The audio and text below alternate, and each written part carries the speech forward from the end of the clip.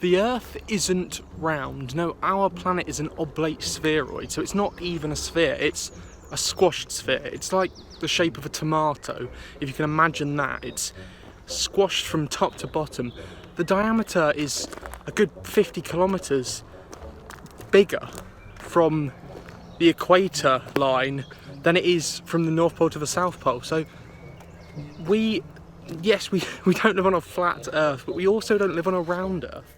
And you might be thinking, well, how can it be spherical at all? What about Mount Everest and the Grand Canyon and the huge deep trenches in the ocean like the Marianas Trench? But actually those deviations from the oblate spheroid shape are actually only about 0.001%, and so we have to kind of allow it. It's overall, taken as an average, the Earth is not round.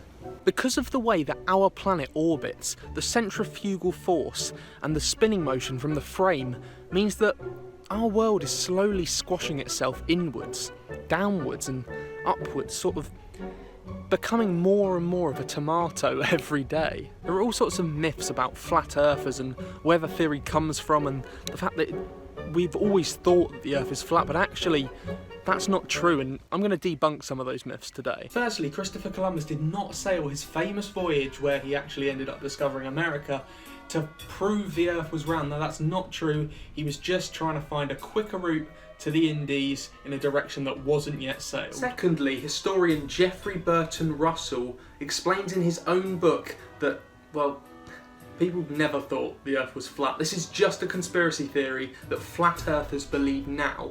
As far back as 240 BC, we had mathematicians and scientists who knew the shape of the world and actually the measurements. They managed to predict the measurements that far back in time, okay? They predicted the measurements using a stick and a shadow.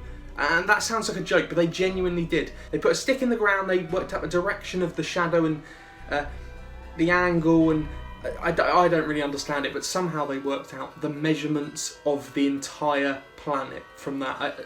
It's beyond me, but I'm not a mathematician or a scientist or really that intelligent anyway. So overall, yes, now some people believe the Earth is flat, but flat earthers are wrong.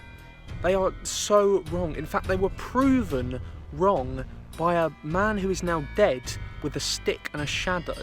That is how... What more can I say? People who think the Earth is flat are wrong, but I suppose people who think the Earth is round are also wrong.